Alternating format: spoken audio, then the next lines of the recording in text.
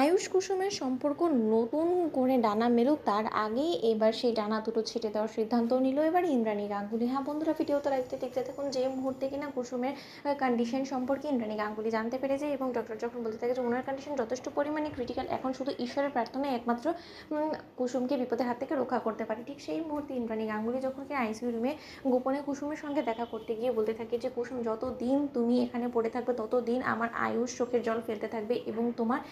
ফিরে আসার আশায় অপেক্ষা করে ও নিজের জীবনটাকে উৎসর্গ করে দিবে এবং তুমি যে পরিমাণে ওকে নিজের ভালোবাসা লিপ্ত করে ফেলেছো তার পরবর্তীতে তোমার হাত থেকে ছাড়ানোটা ক্রমশই মুশকিল হয়ে দাঁড়াবে আমার জন্য, এবং এটা করা থেকে আমাকে আয়ুষকে বিরত রাখার কোনো রকম কোনো সুযোগই আমাকে তুমি আর দেবে না যদি তুমি একবার সুস্থ হয়ে গাঙ্গুলি হাউসে ফিরে আসো এবং তুমি যদি একবার গাঙ্গুলি হাউসে আয়ুষের স্ত্রী এবং গাঙ্গুলি বাড়ির বড় বউয়ের মর্যাদা পেয়ে যাও। কিন্তু তার আগেই যে আমাকে পাষণ্ড হতে হবে, তোমার বাবা যে কাজটা অসম্পূর্ণ রেখে গিয়েছে সেই কাজটা যে আমাকে এবার সম্পূর্ণ করতে হবে। তোমাকে যার কোনো মতেই এই কলকাতা শহরে চন্দননগরে আর থাকতে দেওয়া যাবে না, কারণ তুমি থাকলে যে আমি আমার আয়ুষকে আমার মতো করে ওকে রাখতে পারবো না। আমার যে আয়ুষটা আজ অব্দি মায়ের অবাধ্য হওয়ার কোনো রকম কোনো সাহস দেখায়নি, বরঞ্চ মায়ের সিদ্ধান্ত ছাড়া এক চুনো যে ছেলে কিনা আগে বাড়িনি কোনোদিনও, সেই ছেলে আজকে যখন কিনা এত বড় একটা স্টেপ নিয়েছে তার মানে তো ও অনেক দূর অব্দি এগিয়ে গিয়েছে এবং সেই পথে তুমি ওকে সঙ্গ দিয়েছো বিধে ও এতটা সাহস পেয়েছে। এবং সেই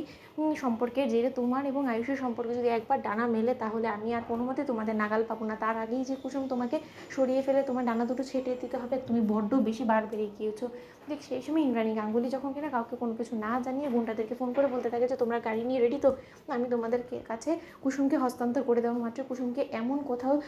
দূর জঙ্গলে নিয়ে ফেলে রেখে আসবে যেখানে কিনা ওকে কেউ খুঁজে পাবে না এবং কেউ খুঁজে পাওয়ার আগেই কুসুমকে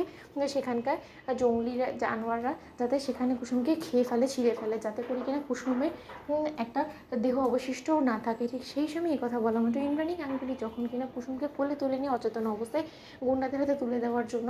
কেবিন থেকে বেরোয়, ঠিক সেই সময় আয়ুষের নজরে পড়ে যায় এবং আয়ুষ যখন বলতে থাকে যে 1 মিনিট দাঁড়াও মা, অসুস্থ কুসুমকে নিয়ে তুমি কোথায় যাচ্ছ বলো তো, এবং তোমার সাহস তো কম না, কাউকে কোনো কিছু না জানিয়ে তুমি গোপনে অসুস্থ অবস্থায় কুসুমকে এখান থেকে কোথায় বার করার চেষ্টা করছো বলো তো। এবং আমার যদি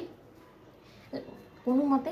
সন্দেহ না হতো তাহলে তো হয়তো কোনো মতে আমি এটা জানতেও পারতাম না যে তুমি আমার চুক্তি ফাঁকি দিয়ে তুমি আমার কুসুমকে আমার কাছ থেকে দূরে সরিয়ে দেওয়ার বন্দোবস্ত করছো। ঠিক সেই সময় এই কথা বলা মাত্র ইন্দ্রাণী গাঙ্গুলি যখন বলতে থাকে যদি কুসুমকে আমি সরানোর কথা চিন্তা করেও থাকি তাহলে মা হয়ে আমি সব থেকে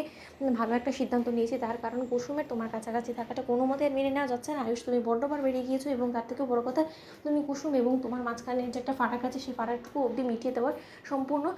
তুমি ব্যবস্থা করে ফেলেছো এবং তুমি সেই ব্যবস্থায় যাতে আর না কমপ্লিট করতে পারো তার জন্য আমি যদি এই স্টেপটা নিয়েও থাকি তাহলে আমি বলবো বেশ করেছি। তো ঠিক সেই সময় আয়ুষ বলতে থাকে যে না কুসুম এখানেই থাকবে, কোথাও যাবে না। তো বন্ধুরা লাইক কমেন্ট শেয়ার করো, সাবস্ক্রাইব করতে ভুলো না।